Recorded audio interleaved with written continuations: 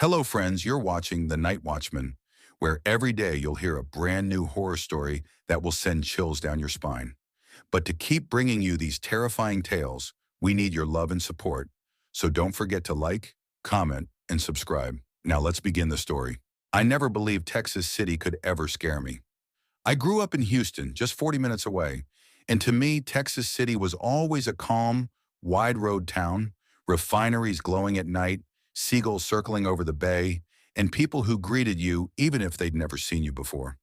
It wasn't the kind of place where nightmares were born, but everything changed the night I moved into 1428 Palmer Street, a rental house I found for suspiciously cheap. I had taken a night shift job at a shipping warehouse near the port and needed a place close by. The house wasn't perfect. Old wood, rusted mailbox, the porch light flickered like it was on its last breath. But I'd lived in worse. The landlord, Mr. Raymond Kessler, was a thin old man with a tremor in his hands and a voice that cracked like he was holding back something he never wanted to say. He handed me the keys without even stepping out of his truck. "You work nights, right?" he asked. "Yeah." "Why?" He didn't answer. He just looked past me at the house, and for a moment his expression twisted like he was staring at a grave. "If you hear anything between 2 and 3, he said slowly, "don't open the door to anything, even if it sounds familiar." I laughed, thinking it was some weird Texas humor, but his eyes weren't joking. My first shift ended at 1:40 a.m. I drove home through the silent streets, the warm Gulf air pressing against my windshield. Texas City is quiet at night. Not empty, just quietly breathing. Inside the house, everything felt heavier. The floorboards creaked like someone had walked on them minutes before I arrived. The smell of salt water and old wood filled every room. I brushed it off, microwaved dinner, and sat on the couch. At exactly 2:13 a.m., I heard it. Knocking, 3 slow knocks. Not on the front door, dumber, but on my bedroom door. I froze. My hands went cold. The bedroom door was only 15 feet from where I sat. Someone would have had to walk right past me to reach it, but I hadn't seen or heard anyone. The knocks came again, firmer this time. I reached for my phone, but the screen refused to turn on. Dead. Even though I had 70% battery when I left work. Then something else happened. A voice. My mother's voice. "Daniel, open the door, sweetheart." My mom lived in Georgia. She wasn't anywhere near Texas. My throat tightened. My heart hammered against my ribs. I remembered the landlord's warning. Don't open the door. To anything. Even if it sounds familiar. So I stayed still. I didn't breathe. I didn't move. The voice came again. Softer. Almost pleading this time. "Daniel, please." The knob twisted. Not violently. Slowly. As if someone was testing if I had locked it. I hadn't. I shut my eyes, praying silently as the knob turned halfway, then stopped. And then, footsteps walked away. But not normal footsteps. These sounded like someone dragging their feet, like they were injured or wrong. When the house finally went silent, I waited 30 minutes before opening the bedroom door. There was no one there, but the carpet was wet. When I told my coworker, Miguel, about the night's events, he shrugged. "You just moved in. Old houses do weird things." But I saw something in his expression, a flicker of concern he tried to hide. The second night, I came home at 1:47 a.m. The house felt colder. The air had a metallic smell, like blood left out too long. At 2 a.m., I started hearing whispers. At first, I thought they were outside, wind brushing against the windows. But no, they were in the hallway. Dozens of overlapping whispers. Some were deep, some sharp. Some were breathing instead of talking. I stepped closer to the hallway. Instantly, the whispering stopped, like they knew I was listening. Then a single voice spoke. A man's voice. Low. Angry. "Why did you come back?" I stumbled backward, knocking over a lamp. The house shook. Not like an earthquake. More like something huge had slammed into the wall from the outside. I grabbed my keys and ran out to my car. I didn't stop to lock the house. I drove to a 24-hour gas station and stayed there until sunrise. When I returned home, there was dirt on my doorstep, a trail of it, leading inside. By the third day, I knew something was wrong with the house. I searched the address online. Most results were old refinery reports or Texas city history articles. But then I found something buried in a local crime forum. Unsolved, the Palmer Street disappearances. There were 4 cases, all rental tenants, all night shift workers, all vanished between 2 and 3 a.m. The last tenant was a 27-year-old man named Caleb Hurst. He was last seen leaving his job at a chemical plant. His co-workers said he looked exhausted the night he disappeared. His house? 1428 Palmer Street? My house. People said he vanished from inside the home. The doors were locked from the inside. The bedsheets were pulled back like he had just gotten up. But there were footprints, muddy ones, leading from the back door to the bedroom hallway. The same mud I had seen outside my room. My stomach twisted. I had to confront the landlord. When I arrived at Mr. Kessler's place, he looked like he hadn't slept in days. He didn't invite me in. He just stood in the doorway, breathing heavily. "You should have never rented that house," he said. "I need to know what's happening there." He rubbed his trembling hands together. "Something stayed behind in that house, something that isn't human anymore." "What do you mean?" "The first tenant who disappeared, he didn't leave. None of them did. Their bodies were never found because—" His voice cracked. "Because something living inside the walls takes them." My heart dropped. "Inside the walls," he nodded. "It mimics voices, people you love, people you trust. It wants you to open a door, any door.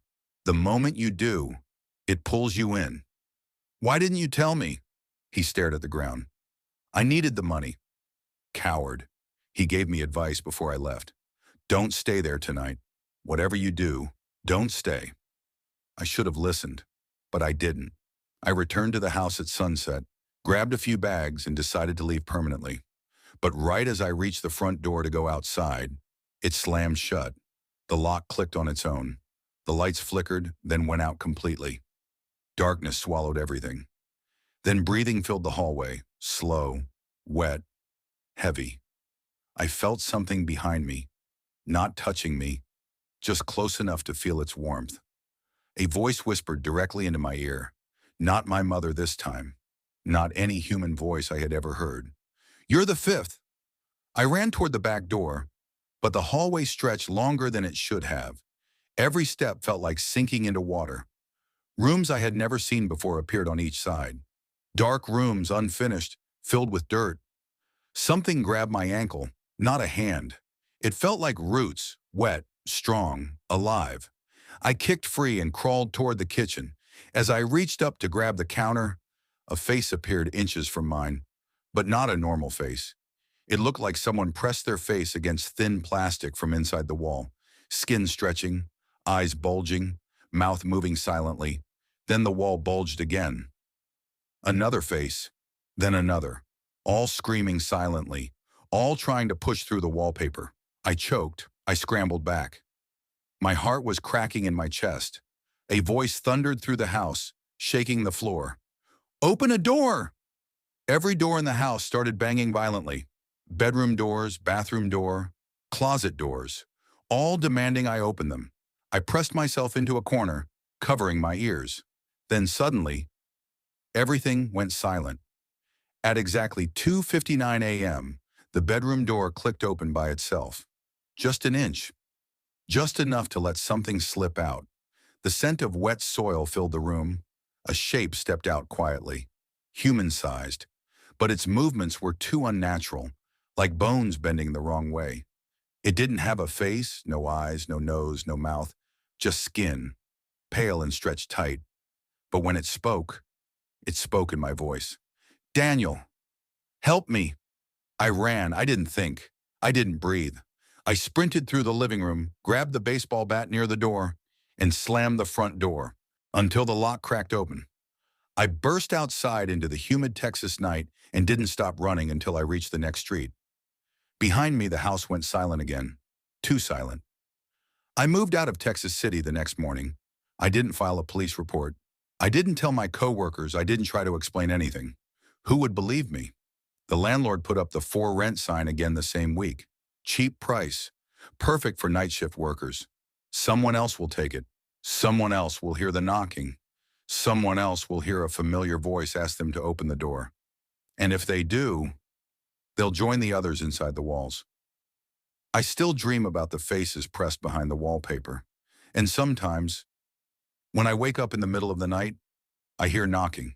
Not from outside, not from down the hall, but from inside the walls of wherever I am.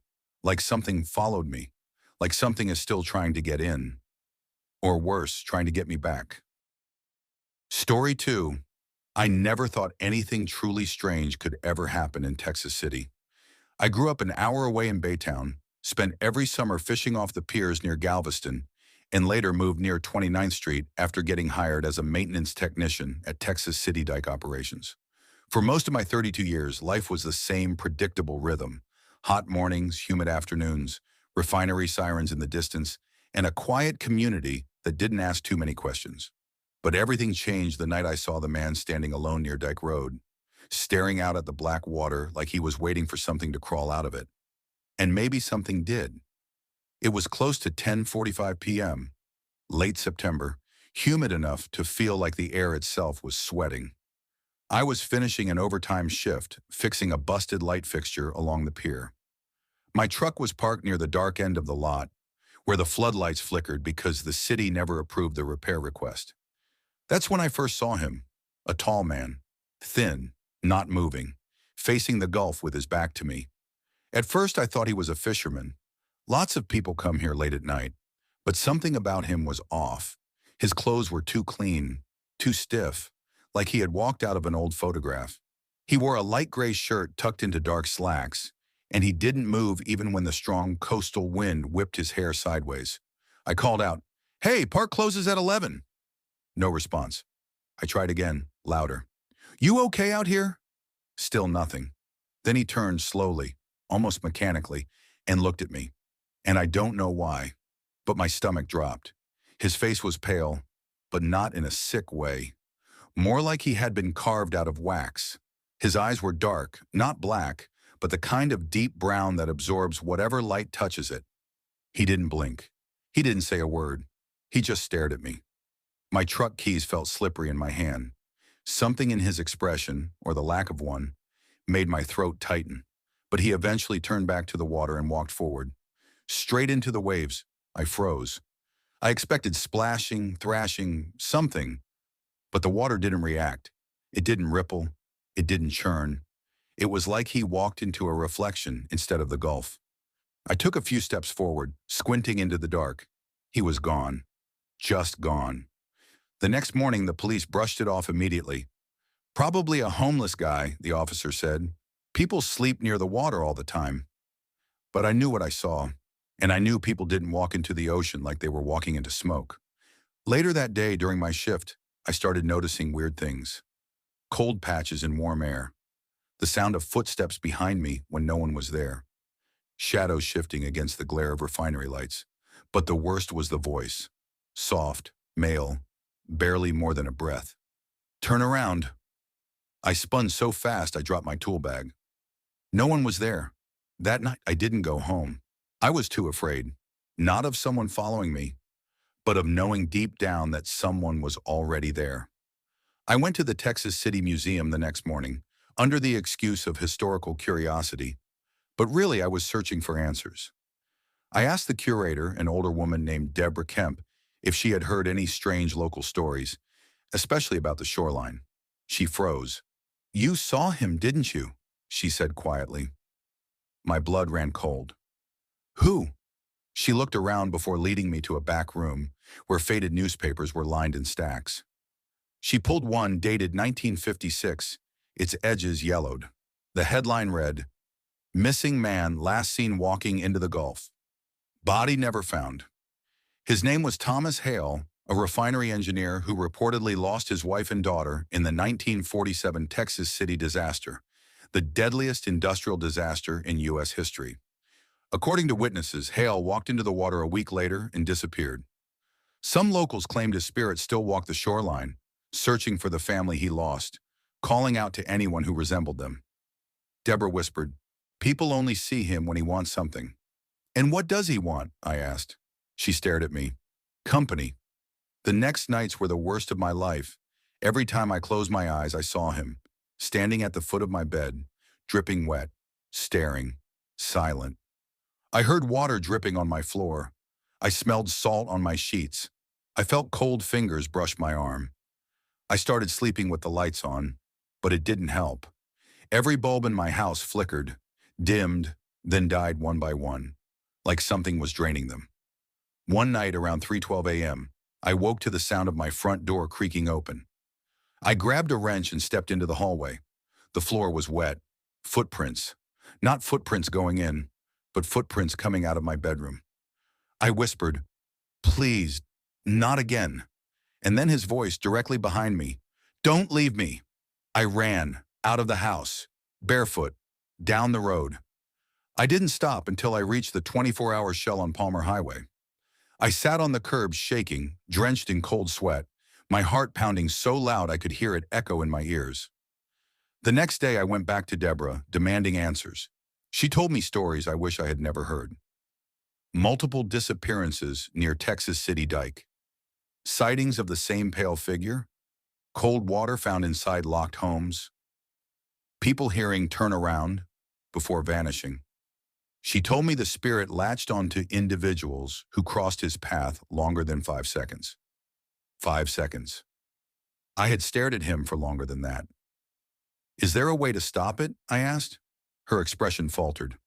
"Not stop," she said. "Only break the connection." "How?"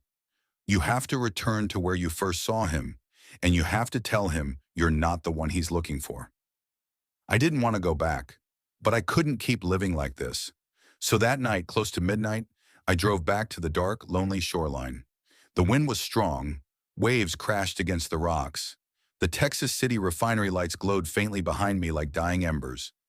I walked to the exact spot where I first saw him. My breath fogged the air, too cold for Texas weather. Then the wind stopped. The waves stilled. The air thickened. And he appeared, standing 5 feet away. Closer than before. Too close. His expression was empty, but his eyes, they seemed almost pleading. I forced myself to speak. "I'm not your family. I'm not who you're searching for. Let me go." His head tilted slowly, as if he were studying me. Then he spoke for the first time, voice low and hollow. "Everyone leaves me." "I'm sorry," I whispered, "but I can't stay." He stepped forward. The ground beneath me turned ice cold. My breath vanished. My body trembled. He reached out his hand. Not aggressively, but like a man begging for help. For a moment, I almost gave him my hand. Almost. But something inside me, maybe fear, maybe instinct, forced me to step back. His face twisted in pain, then in anger, then in something inhuman. He opened his mouth and a sound like rushing water erupted from him. Waves crashed violently. The wind roared, and the sky darkened as if a storm had appeared out of nothing. Then, everything stopped. The man dissolved. Not like a person, like mist.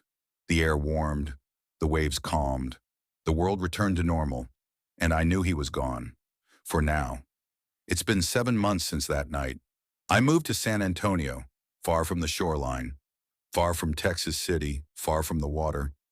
But sometimes when I'm alone, I still hear faint dripping. Sometimes in my dreams I see his eyes. And last week, I found wet footprints near my bedroom window. Not coming in, just waiting. Everyone leaves him, but he hasn't left me. Not yet. Not ever. Story 3. I never thought the quiet coastal stretch of Texas City, Texas, with its warm Gulf breeze, refineries humming in the distance, and rows of worn houses sitting on sun-bleached streets, would ever be the place where my life would split into a before and an after. But that's exactly what happened the night I learned something lives beneath a city, something ancient, something patient, and something that watches. My name is Evan Mercer, 31, born and raised in Texas City. I'm not the kind of person who goes looking for paranormal trouble. I work as an HVAC technician for Harborline Heating and Air, drive a silver 2012 Tacoma, eat at the same Whataburger off Palmer Highway, and call my mom every Sunday. Life wasn't perfect, but it was normal, until the night everything changed. It started at Lee's Bait and Grill, a half-rusted diner near the Texas City Dike. I was finishing a service job nearby when I walked in for a late dinner. The air smelled like fried catfish and old beer. That's when I noticed Rodney Hale, a retired shipyard worker known for his tall tales, sitting alone in a corner booth. But that night, he wasn't drunk, and he wasn't telling jokes. He waved me over, eyes wide, voice shaking. "Evan, you live near 14th Street, right?" "Yeah," I replied. "Why?" Rodney leaned forward. "There's something wrong with that place. Some nights, I swear I hear a voice coming up from under the storm drains." I rolled my eyes at first. "This another one of your ghost stories?" But he grabbed my wrist, hard. "I ain't playing. Something's moving under this city. I seen the manhole covers lift. I seen shadow arms reach up. I ain't slept in 2 days." I didn't believe him, yet something in his trembling voice settled deep into my gut. I wish I had walked away, because Rodney Hale was found dead 2 mornings later, lying face down by a storm drain on Fifth Avenue, skin pale, lungs filled with muddy water, even though there was no rain for a week. My house on 14th Street wasn't fancy, just a one-bedroom rental built in 1964, with creaky floors and a constant smell of salt water. I used to love its quietness, but 3 nights after Rodney died, I heard something that made my blood run cold. At around 2:30 a.m., I woke to a faint scratching noise under my bedroom floor. Not rats, not pipes, scratching. Then, a slow drag as if fingertips were sliding across the concrete beneath the house. I froze. It came again. Scratch, scratch, drag. I whispered into the darkness. "What the hell?" Pulling my feet off the floor felt like lifting them away from jaws I couldn't see. I grabbed my flashlight and forced myself to crouch near the air vent. The scratch stopped. For a moment, I thought I imagined everything. Then, a whisper rose up through the vent. Not just a sound, a voice. "Ivan!" I fell backward, slamming into my dresser so hard a picture frame shattered. My first thought, call the cops.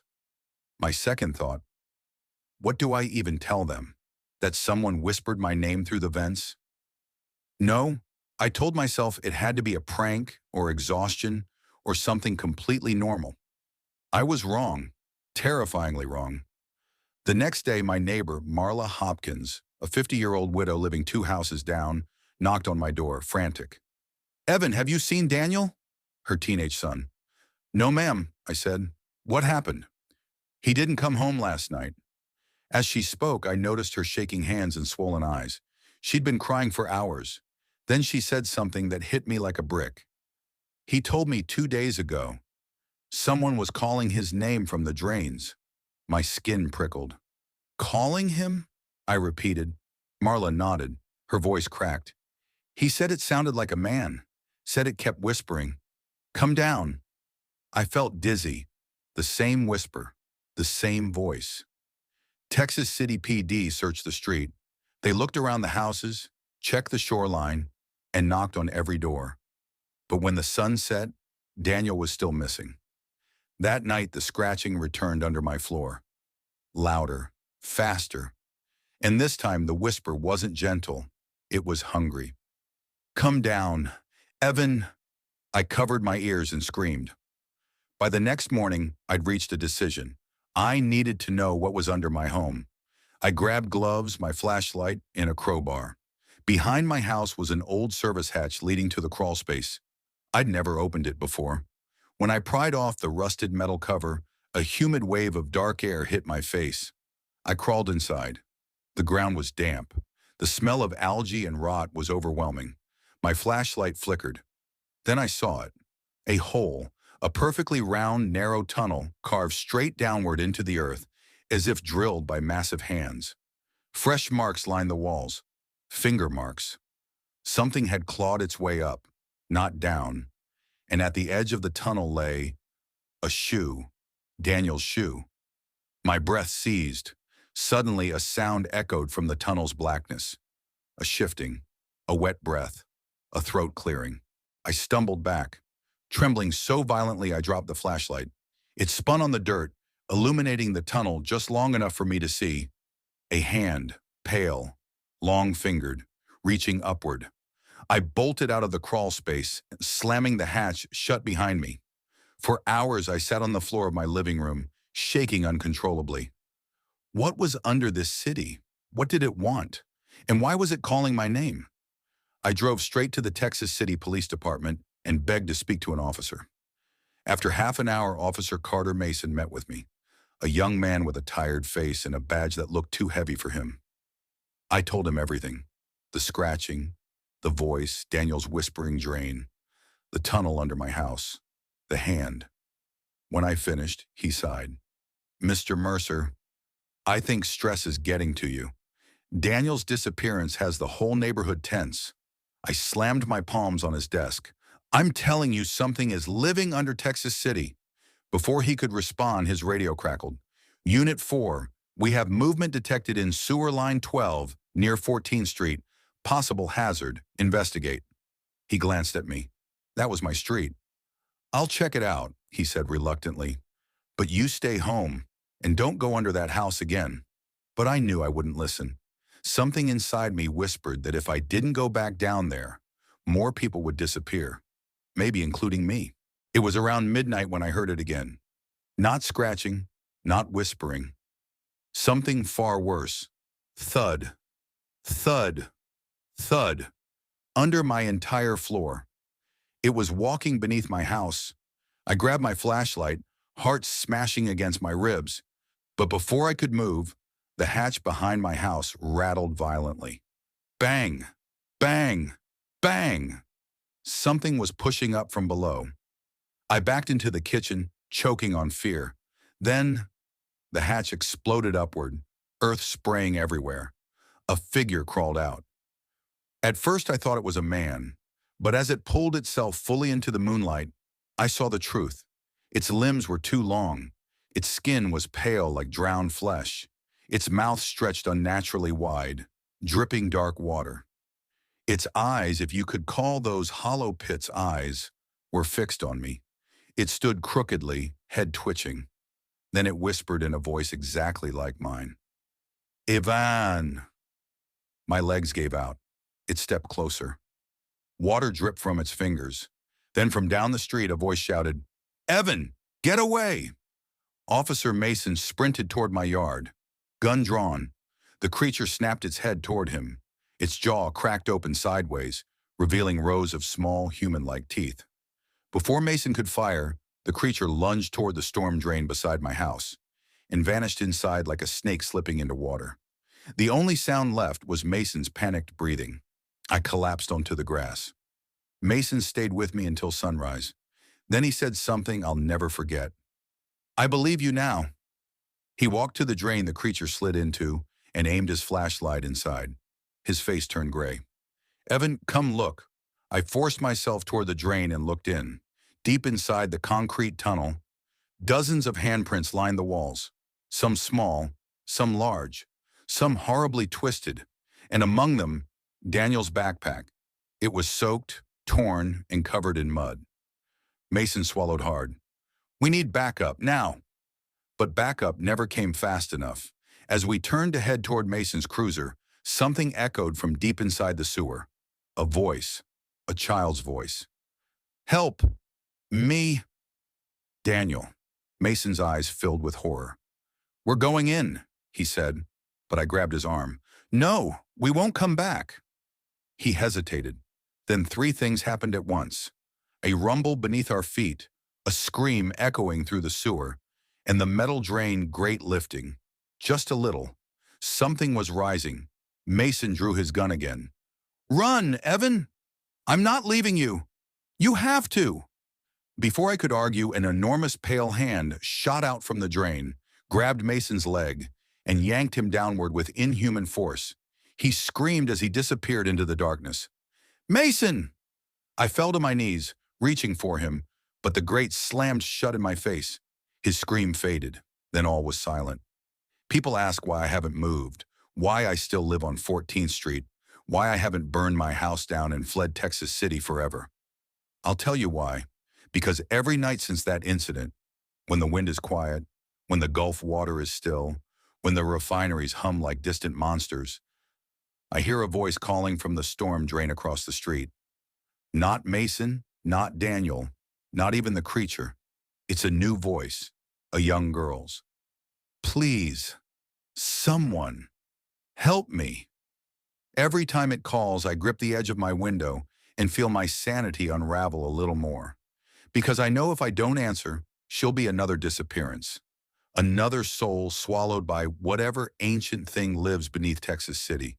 And last night, for the first time, it called me by name again, not in a child's voice, in my own. Evan, come down. I shut all my windows, but I know it's only a matter of time before it comes up again. And when it does, I don't think I'll escape. Story 4. I never thought returning to Texas City would put me face to face with something I still struggle to believe was real. My name is Evan Mercer, born in a quiet neighborhood close to 7th Street, a place most people only remember because of the old refineries and the long-forgotten warehouses no one cared to maintain. After spending 10 years in Phoenix working as a structural inspector, I came back to Texas City for one reason. My mom's house had been broken into by someone who left no prints, no footprints, nothing. But they left a message, something that still crawls under my skin. Written on the wall in charcoal, in large crooked letters, I remember you, Evan. The police dismissed it as a teenager's prank.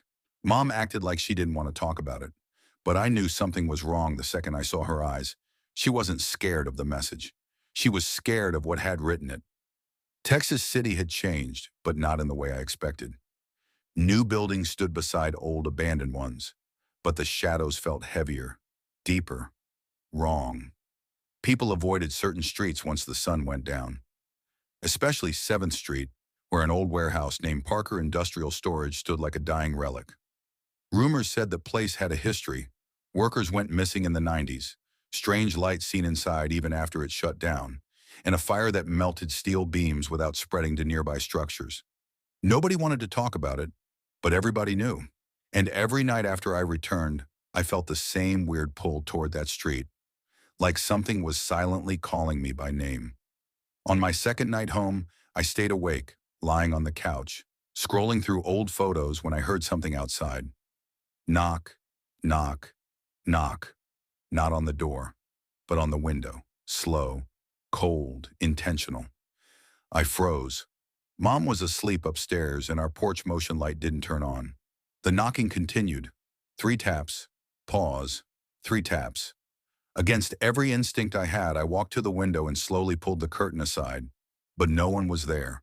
Only the dark street, the silent wind, and a faint shadow that didn't match any object outside. Tall, thin, almost human-shaped, stretching from the direction of 7th Street, even though the streetlights were off. I didn't sleep that night. The next morning, I went to the police station and asked to speak to Officer Lydia Shaw, a family friend who once babysat me when she was a teenager. She didn't laugh when I explained what happened. Instead, she closed the office door, leaned forward and whispered, "Evan, someone else reported the same tapping last month. Same pattern, same window." I waited for the rest. "Her house was 1 block from Parker Industrial Storage," she said. "She's missing now." A cold chill climbed my spine. That evening, I drove to 7th Street, parking across from the warehouse. The building loomed like a giant corpse. Rusted panels, broken windows, and a metal door half bent inward. Inside, I heard something that whispered my name. Not loudly, not in a voice, but in a feeling, like my own thoughts had turned against me. I stepped back. The whisper faded, but the metal door, it slowly creaked open. I returned during daylight with a simple plan. Get inside, gather anything suspicious, and leave before sunset. The warehouse interior was worse than expected. Collapsed beams, twisted pipes, and scorch marks that didn't follow any fire pattern I'd ever seen in my career. Then I found a room labeled Storage B Records. Inside were dozens of binders from the 1980s to 1990s. Incident reports, worker documents, and something else. A folder labeled Mercer E. 1995. Incident, my name, my year of birth. Confused, I opened it. Inside were photographs, dozens of them.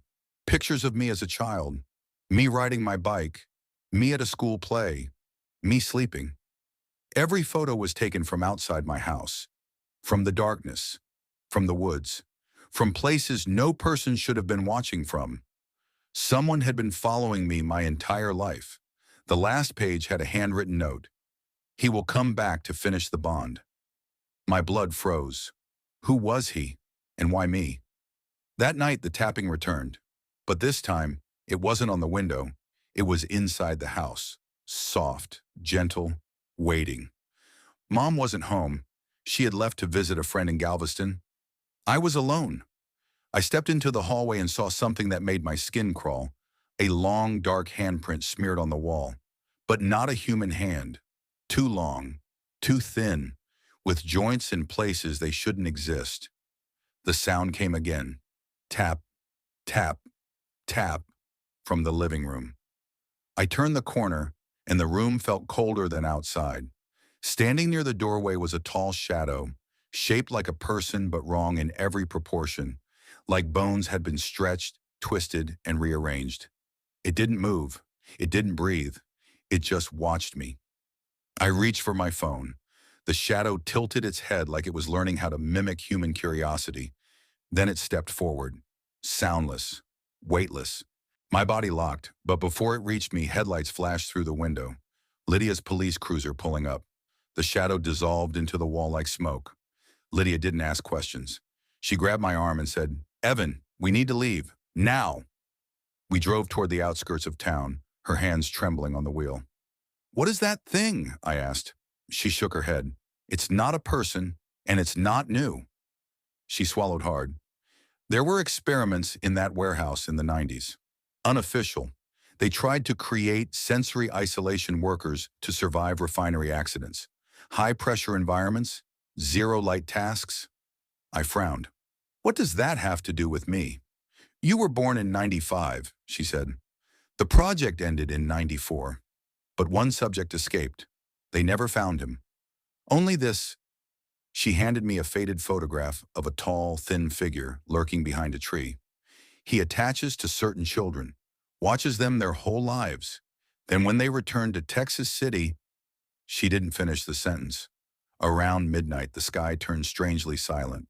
Not a dog, not a car, not even the sound of wind. I stepped outside the motel Lydia got for us, feeling the heavy air press against my skin. The world felt paused. Then I saw him, standing under the flickering streetlight, the shadow figure, not hiding, not waiting. Watching me like this was the moment he had been living for. His long fingers stretched outward like he was inviting me. The ground beneath him rippled, dark, liquid, almost alive, pulling the light inward. I backed up slowly, my chest tight. He whispered, not in sound, but directly into my head. "You came back. The bond is complete now." I stumbled, fell, and scrambled backward as the lights went out. Everything turned black, except his silhouette. He stepped closer, and Lydia's voice screamed from behind me. "Evan, run!" A gunshot echoed. A roar, deep, unnatural, shook the motel walls. I ran until my lungs burned. I didn't look back. By sunrise, Lydia was gone. Vanished. Her cruiser stood abandoned, engine still running, driver's door open. No signs of struggle, only a long black handprint on the passenger side. I left Texas City that morning, but even now, thousands of miles away, sometimes I hear it. Tap, tap, tap. On hotel walls, on airplane windows, in apartment hallways. Always 3 taps, always slow, and every time I know it's the same message. I remember you, because the bond was never broken, it only followed me. Wherever I go, wherever I hide. I don't know how long I have until he steps fully out of the shadows again, but when he does, there won't be any running left. Story 5. Texas City had always felt quiet after sunset, the kind of quiet that made distant traffic sound like a memory. The refineries glowed like floating stars beyond the horizon, and the warm Gulf breeze carried the sharp smell of brine and gasoline. It was a city that slept lightly, a city that listened.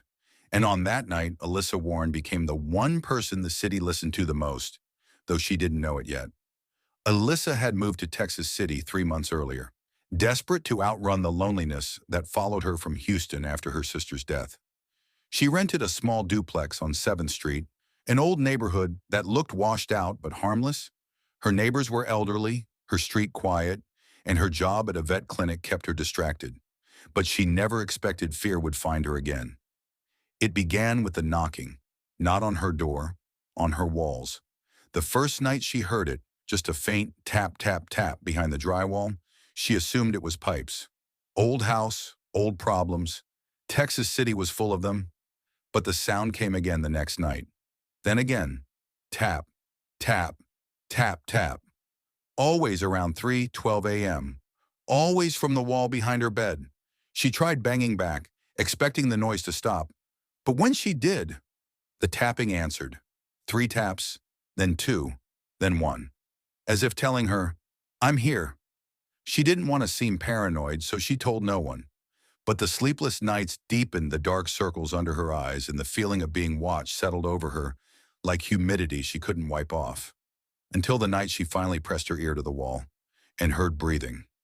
The next morning, shaken and exhausted, Alyssa visited her neighbor across the street, an older man named Frank Murdoch, a retired refinery worker who spent his mornings on the porch with sweet tea. Frank, did someone live in my unit before me? She asked. Frank's eyes flicked away. Yeah, he said slowly. A young woman, lived alone, real quiet. What happened to her? He hesitated. Then, she left. But something in his tone told her he had left something out. When she pressed again, he simply muttered, some houses hold on to things. Alyssa didn't understand then. That night she would, because at 3:12 a.m., she heard something new. Not tapping, not breathing, a voice, soft, female, right behind the wall. Help! Me! Alyssa froze. Her throat tightened as the whisper came again, trembling and desperate. Help me! He's still here! She yanked her lamp cord and threw light around the room. The wall was still, silent, ordinary. Her breath shook. Hallucination, stress, grief creeping back. Part of her wanted to pack a bag and drive until Texas City disappeared behind her. But something felt wrong. Too real, too close. She dialed Texas City Police Department, but the operator calmly told her they'd send someone in the morning. No emergency, just odd noises. Morning wouldn't help, so Alyssa did something she'd never done before. She pushed her dresser aside, grabbed a hammer, and pressed her palm to the cold wall. You're not crazy, she whispered to herself. Something is in there. And she started to break through. Drywall dust filled the air as she smashed deeper, her hammer cracking stud after stud. The smell hit her next. Something rotten, metallic, old. Then she saw it, a gap behind the wall, 3 feet wide, 5 feet tall, like a secret crawl space added long after the house was built. And inside it was a mattress, stained, torn, and on the far wall, carvings, deep scratches forming words. He waits, he listens, he never left her stomach drop. She backed away.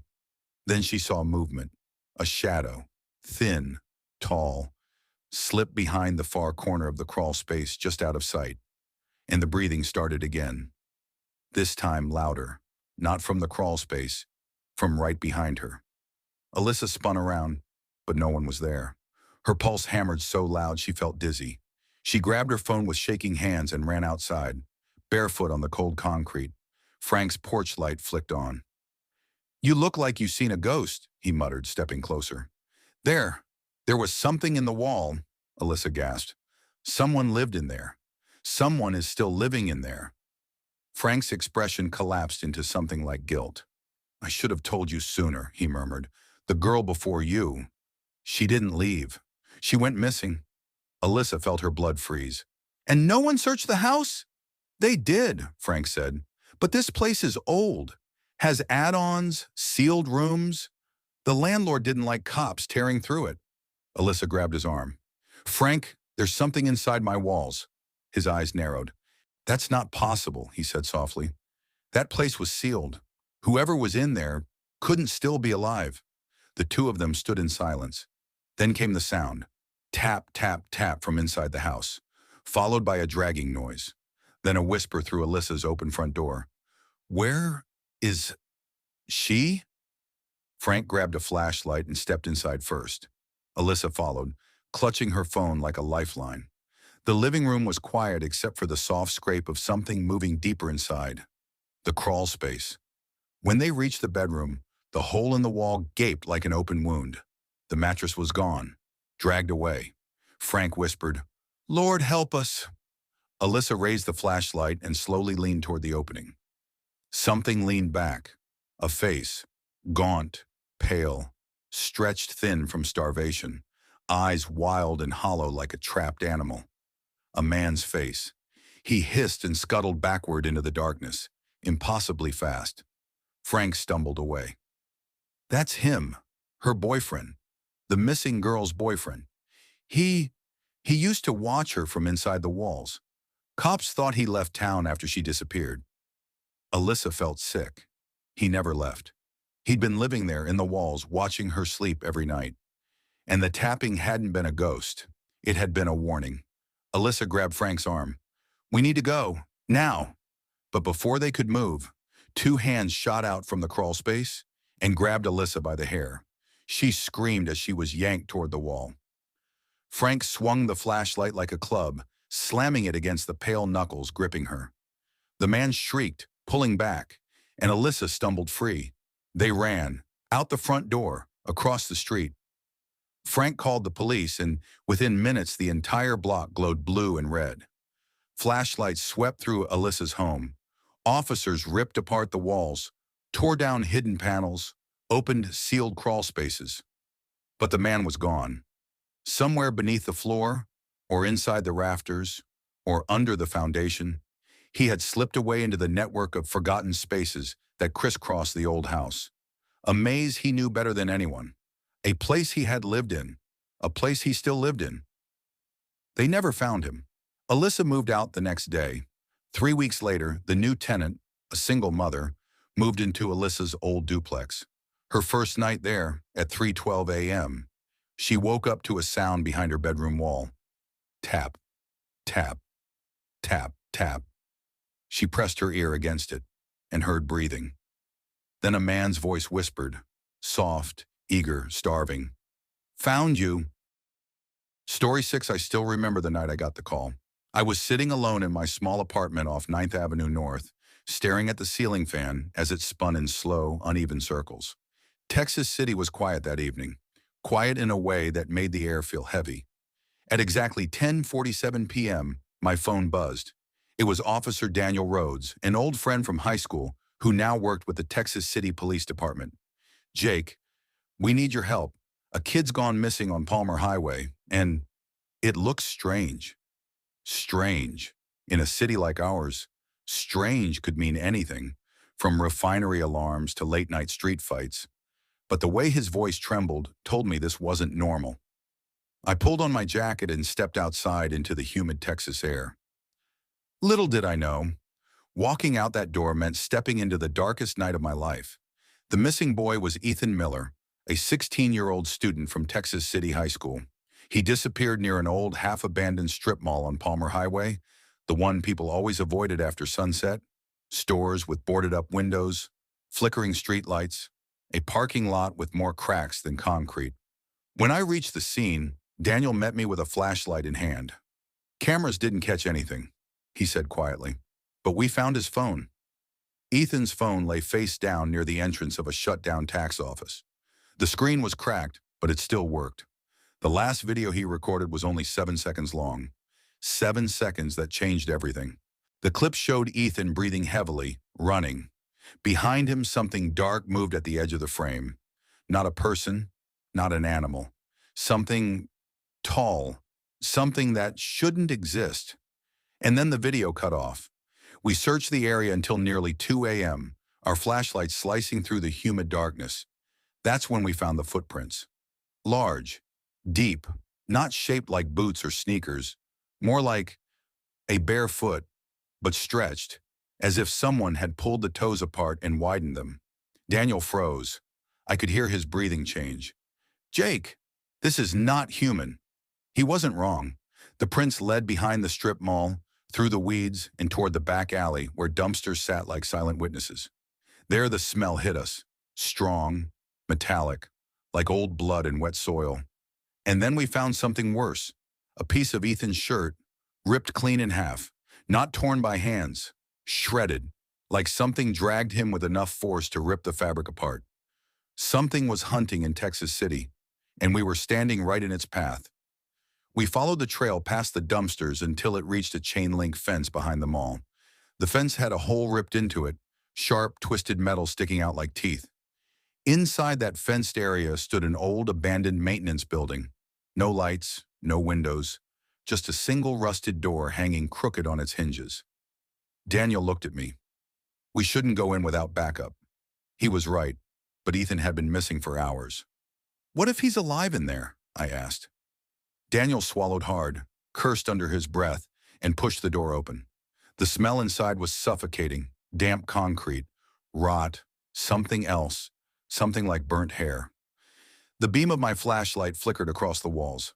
Scratches, dozens of them, deep gouges, as if someone with enormous strength dug their nails, if you could even call them nails, into the concrete. And then we found the messages. Carved into the wall. It follows the light, it hates the dawn. Don't let it see your face. The final message was different, written in Ethan's handwriting. I hear it breathing. We knew Ethan had been here, but the silence inside that building felt wrong, too still, too heavy. Suddenly, Daniel grabbed my arm. Turn off your light. I did and immediately felt exposed, blind, vulnerable. But a moment later, I understood why. Footsteps, slow, heavy, dragging across the concrete floor at the far end of the building. Not running, not stalking, just approaching. As if it knew exactly where we were. A dark silhouette appeared 20 feet away. Tall, too tall. Its shoulders nearly touched the top of the doorway behind it. Its arms hung long, almost to its knees. And its head was shaped wrong, long, narrow, as if stretched by something unnatural. My chest tightened. My fingers trembled. Daniel whispered, "Whatever you do, don't move." But it was too late. It had already seen us. The creature moved with a speed that didn't make sense. 1 second it stood still. The next, it was only 10 feet away. Daniel and I bolted back toward the entrance. The thing let out a sound, low, rattling, almost like a person whispering and screaming at the same time.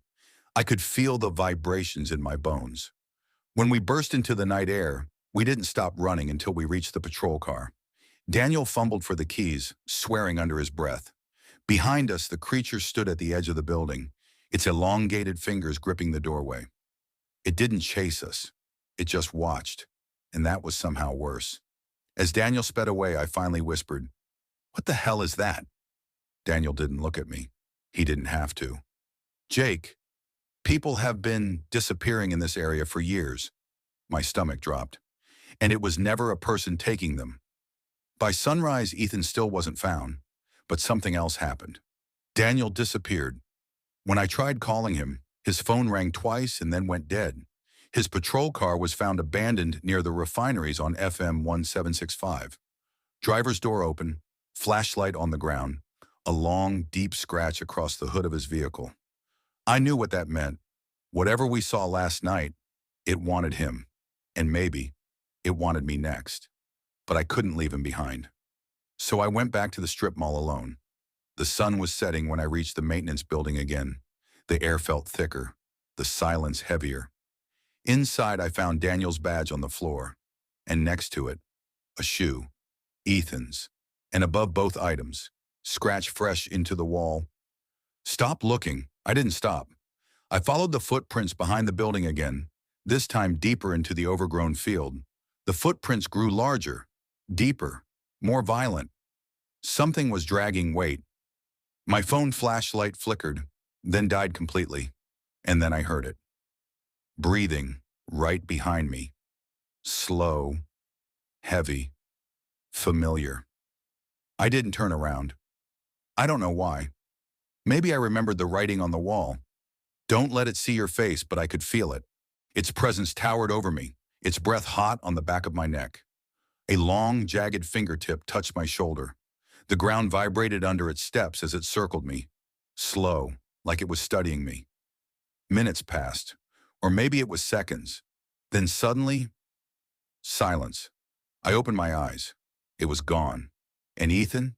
Daniel? Never found. Not their bodies, not their clothes, nothing. Texas City Police eventually closed the case. But late at night, I still hear the breathing outside my window, in the hallway behind my door, sometimes right behind me, waiting, watching, choosing its next disappearance. Story 7. I first moved to Texas City because I desperately wanted peace. After losing my father in 2021, Houston had grown too loud, too fast, too full of noise I no longer understood. My therapist suggested a quieter place, somewhere with long roads, open skies, and nights where the cicadas were the only thing screaming. So in March, I signed a 6-month lease at a one-bedroom rental on Bayou Ridge Road, a long stretch of cracked asphalt just outside Texas City Center. People in town said the neighborhood used to be lively decades ago, but most homes were now empty or up for cheap rent. I didn't ask why, I just wanted silence. My building stood near a marsh, an endless sprawl of wetland grass, still water, and a smell like old rain trapped in mud. It was isolated, but rent was low, and I convinced myself that isolation was exactly what I needed. But I didn't know that the silence I longed for was the same silence people here feared. Not until the nights began, not until he started appearing. My first night at Bayou Ridge was calm, almost too calm. I unpacked boxes, made instant noodles, and watched the sky turn orange through my window. Around midnight, I stepped outside to take out the trash, breathing in the warm, heavy Texas air. That's when I noticed something strange. Across the marsh, maybe 100 yards away, stood a man. Still, facing my direction, hands at his sides, not moving even a little. I froze, the trash bag dangling from my hand. At first, I tried to rationalize it. A fisherman, a survey worker, someone finishing a late shift. But nobody stood that still. He was like a statue carved out of the night. I lifted my phone to turn on its flashlight. The beam stretched across the marsh but didn't reach him completely. I couldn't see his face, only the silhouette, tall, narrow shoulders, a long coat fluttering slightly in the wind. My heart thudded. "Hello," I called out, instantly regretting it. No answer, no movement, just watching. I slowly backed toward my door, refusing to turn around and expose my back. That was the first instinct. The second was stronger. Someone was wrong with him. I shut the door quickly, locked it, and stood in my dark living room for several minutes, trying to understand why my hands were shaking. It could have been anyone, but even then, part of me knew it wasn't anyone. It was him, and he was only getting started. The next morning, I drove to the nearby Kroger off Palmer Highway to buy groceries. As I placed items on the conveyor belt, the cashier, an older woman named Martha with tired eyes, studied me carefully. "Haven't seen you around here," she said. "Just moved to Bayou Ridge." Her body stiffened. "Which house?" she asked, voice low. "The white one at the end of the road near the marsh." She blinked twice like I had said something terrible. "You be careful out there." I forced a laugh. "Because of gators or something?" She didn't laugh back. "No, not those." Then even quieter. "The marsh has a way of pulling back what doesn't belong there." I frowned. "Meaning?" She leaned forward slightly. "If you see a man near that marsh, don't talk to him. Don't let him come close. And whatever you do, don't follow him." I felt a cold drop down my spine. "How do you know that?" I asked. She opened her mouth, then seemed to reconsider. "Just trust me, honey. Lock your doors, especially after dark." I drove home fast, trying to shake the conversation from my head. But when night fell again, I found out exactly why Martha warned me. Because he came back.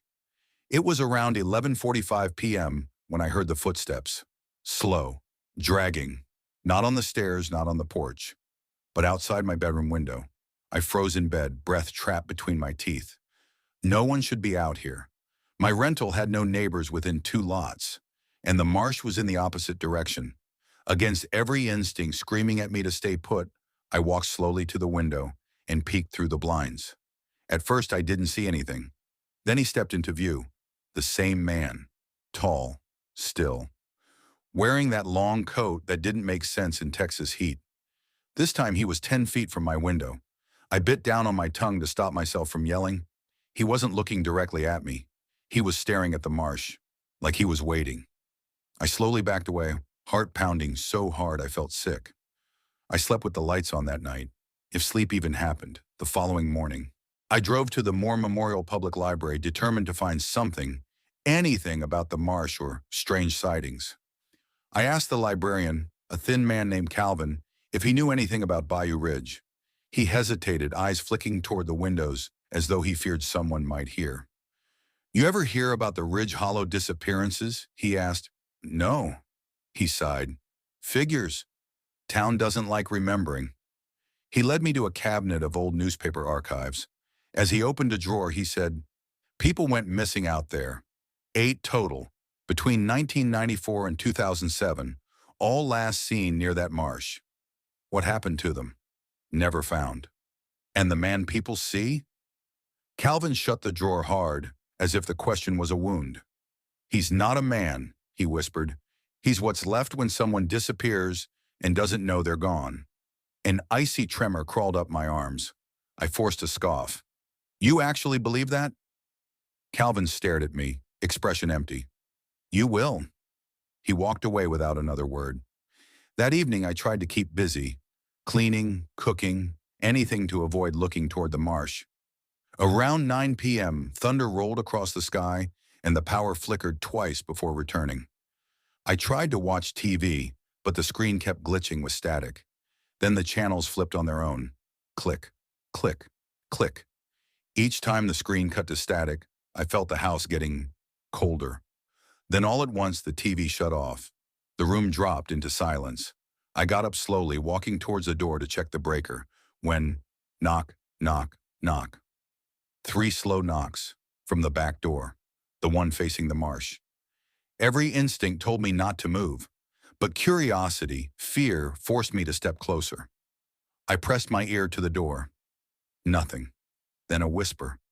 So soft I thought I imagined it. "Come with me." I stumbled back, pulse slamming in my chest. I didn't recognize the voice. It was faint, distant, and yet somehow right behind the door. I grabbed my phone and dialed 911. The operator answered but couldn't hear me at first, like the line was full of static. I tried again. "Someone's outside my house. He's trying to..." Bang! This time a fist slammed the door so hard the frame rattled. The operator's voice finally came through. "Officers are en route. Stay inside." 5 minutes later, though it felt like hours, I heard sirens. 2 deputies searched the area. They found nothing.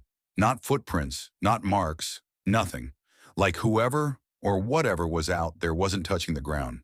Deputy Harrington advised me to stay with someone for the night. I didn't have anyone, so I stayed. Lights on, praying morning would come faster. The next day, exhausted, I bought a cheap motion-activated camera and pointed it toward the marsh. Around midnight, the motion alert pinged. Hands shaking, I opened the live feed. He was standing there, motionless. Closer than before, maybe 30 feet from my back fence. The camera zoomed slightly when he moved. But the way he moved wasn't human. He didn't walk. He shifted like he was suddenly closer between one frame and the next. 30 feet, 20, 15. My breath caught. Then he lifted his head. And even through the low-resolution feed, I saw it. He had no eyes, just dark hollows. He raised a hand and pointed, not at the camera, not at the marsh, at my window. The feed cut to static. My phone dropped from my hand. At that moment, I understood something horrifying. He knew exactly where I was. Sleep became impossible. I kept hearing his whisper at night, sometimes faint, sometimes like it was inside my room. "Come with me. Come back. You don't belong here." By the 5th night, I was on the verge of breaking down. I packed my bags, ready to leave, when a sudden knock came at the door. I nearly screamed. But it wasn't him. It was Martha from the grocery store. How? How did you find me? I stammered. She didn't answer. Instead, she pushed past me and locked the door behind us. You saw him, didn't you? She demanded. I nodded slowly. She sat heavily on the couch, rubbing her temples. He shows himself to people who ain't rooted here. Outsiders. He tries to pull them in, same way he was pulled. I swallowed. Who was he? Her face tightened. His name was Daniel Ryers. Went missing in '94. He was only 19. They say he wandered into the marsh after dusk and never came back. And now? Now he wanders between what's alive and what ain't, she said, looking for replacements. I felt my chest tighten. Replacements? Someone has to take his place. If not, he can't rest. My stomach dropped. He wants me? She nodded once. He'll keep coming closer until you follow him or he takes you. It was storming hard the night everything ended. Lightning cracked over the marsh, illuminating the long stretch of wetland grass. Rain hammered my roof like the sky was trying to drown the world. Around 2 a.m., the power died. Everything went black. Then I heard it. Not outside. Not through the door. Not across the marsh. Inside my house. Footsteps. Slow. Dragging. Wet. My breath froze in my lungs. I backed into the corner, gripping my phone, praying the flashlight wouldn't fail. A dark silhouette appeared in the hallway. Tall. Still. Head tilted slightly toward me. Lightning flashed. For a split second, his face appeared. Hollow eyes, gray skin, mud dripping from his jaw like he had crawled out of the marsh itself. He whispered, "You're already mine." I bolted toward the front door, swinging it open into the storm. Rain soaked me instantly as thunder roared overhead. Behind me, the footsteps grew faster. I sprinted toward the road, slipping in the mud, nearly falling. I didn't dare look behind me until I reached the street. When I finally turned, he was standing at the edge of the marsh, not chasing now, just watching. But something was different. He was smiling, a slow, unnatural smile stretching across his mud-covered face. Then he lifted his hand and pointed behind me. I whipped around. Deputy Harrington's patrol car lights were approaching. I blinked in relief. But when I turned back toward the marsh, he was gone. I left Texas City the next morning. Didn't pack, didn't say goodbye. I just drove until the marsh disappeared in my rearview mirror. I checked the camera feed one last time before shutting it off for good. The last frame chilled my blood. My back porch, rainfall. Empty, but in the reflection of the sliding glass door, a tall, hollow-eyed figure standing inside my kitchen, smiling. I threw the phone onto the passenger seat and kept driving. I don't know if he followed me. I don't know if he still whispers when I sleep. I don't know why he chose me, but sometimes, late at night, when everything is quiet, I swear I still hear it, soft, faint, calling from the dark. Come back. Story 8. I never believed Texas City had secrets buried deeper than the refineries and salt marshes, but that changed on the night I moved into my new apartment on 9th Avenue North. My name is Evan Mercer, a 29-year-old maintenance electrician who transferred to the Texas City petrochemical plant after a downsizing at my old job in Baton Rouge. I came here thinking I'd rebuild my life. Fresh job, fresh place, quieter town. My mother used to tell me, "Son, people don't escape things. They just move them around." I had no idea how true that was. From the moment I stepped inside the apartment, I felt something off. Not dangerous, not loud, just wrong. It wasn't the creaking floorboards or the thin walls. It wasn't even the strange smell of old wood soaked in humidity. It was the sound, a faint tapping from inside the walls, slow, rhythmic, as if counting. I told myself it was the pipes, because the alternative was something I wasn't ready to believe. My neighbor was the first person to warn me.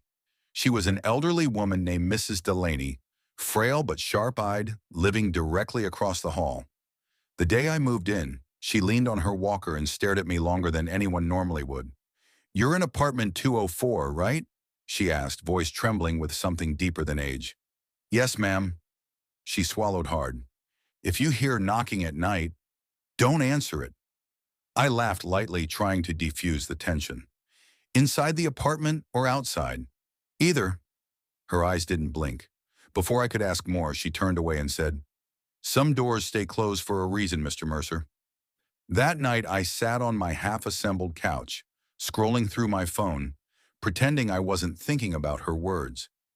But at 2:14 a.m., the tapping started again. Slow, measured, exactly 6 taps, then silence. I didn't sleep. Over the next few days, the tapping grew louder, more deliberate. Sometimes it came from the walls, other times from the closet. Once it came from under the bed, and I nearly jumped out of my skin. On the 4th night, something new happened. Someone knocked on my door. 3 slow knocks. Thud, thud, thud. I checked the peephole. The hallway was empty. I opened the door a crack, nothing. But as I closed it, I froze. On the floor was a small folded piece of paper. Inside was a handwritten message. "You're not alone in 204. My stomach tightened. I ran to Mrs. Delaney's apartment and knocked. No answer. The hallway felt colder than usual. The lights flickered once, then steadied. I went back to my apartment, but I didn't go inside. Instead, I sat on the stairs for almost an hour, watching the door like it might open on its own. The next morning, I confronted the landlord, Mr. Hayes, a tall man with gray hair and the kind of smile that felt fake. "There's someone messing with me," I told him. "Messages under the door, knocking at night. This isn't normal." He sighed like he'd heard this before. "Apartment 204 has history." "What kind of history?" He hesitated. "Look, you seem like a good man. Just keep to yourself. Don't ask too many questions, and this place will be fine." "That's not an answer." He stared at me with a look I'll never forget. "A tenant went missing in your apartment 2 years ago. Police ruled it a runaway, but the neighbors—" He exhaled heavily. "They say they still hear him." My skin crawled. "Why wasn't I told this before moving in?" "Because there's no legal requirement to disclose it," he said curtly, "and because tenants like you come and go. This place stays the same." As I turned to leave, he added quietly, "If you start hearing your name, leave." By the end of the week, everything spiraled. The tapping grew faster, more aggressive. I'd wake up to cold air hitting my face, even though all windows were shut.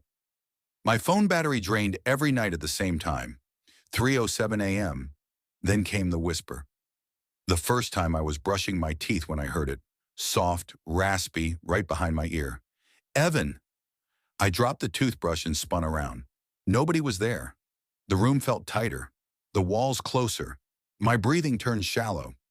That night I slept with the lights on, but lights didn't help at 3:07 a.m. I woke to someone sitting on the edge of my bed. I didn't see them. I felt them. Weight dipping the mattress, cold pressing against my legs. I froze. The room was silent, except for my heartbeat. Then a voice whispered, "Help me!" I leaped off the bed and stumbled into the hallway, slamming the door behind me. I slept outside, on the stairs, terrified. The next morning, I went to visit Mrs. Delaney again. Her door was open.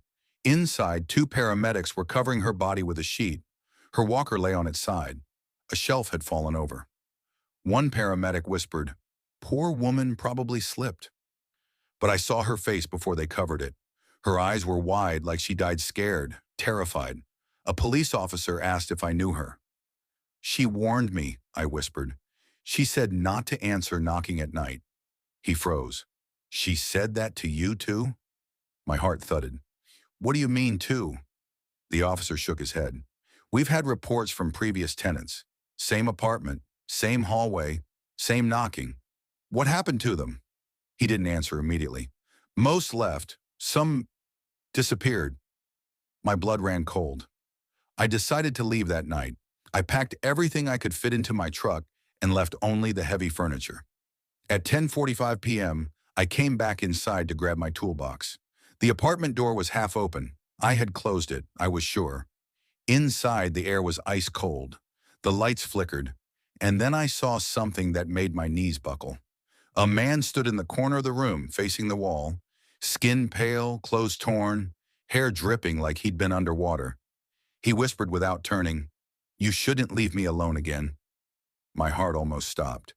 He slowly turned his head, not his body, just his head, unnaturally far, until his face stared directly at me. His eyes were black, his jaw hung loose, and his voice broke into a growl. "Stay." I bolted. I ran so hard down those stairs I nearly slipped. When I reached the parking lot, I didn't look back. I drove out of Texas City that night, tears in my eyes, shaking so violently I almost crashed twice. 2 days later, I received a call from an unknown Texas number. When I answered, a distorted voice whispered, "Apartment 204 misses you." I threw the phone across the room. I moved states, new job, new apartment, new life. But some nights, around 3:07 a.m., I still hear faint tapping on my wall. 6 taps, slow, measured, just like before. I don't know if it followed me or if it's still waiting in Texas City for someone else to move into apartment 204. Either way, I don't think I ever escaped it.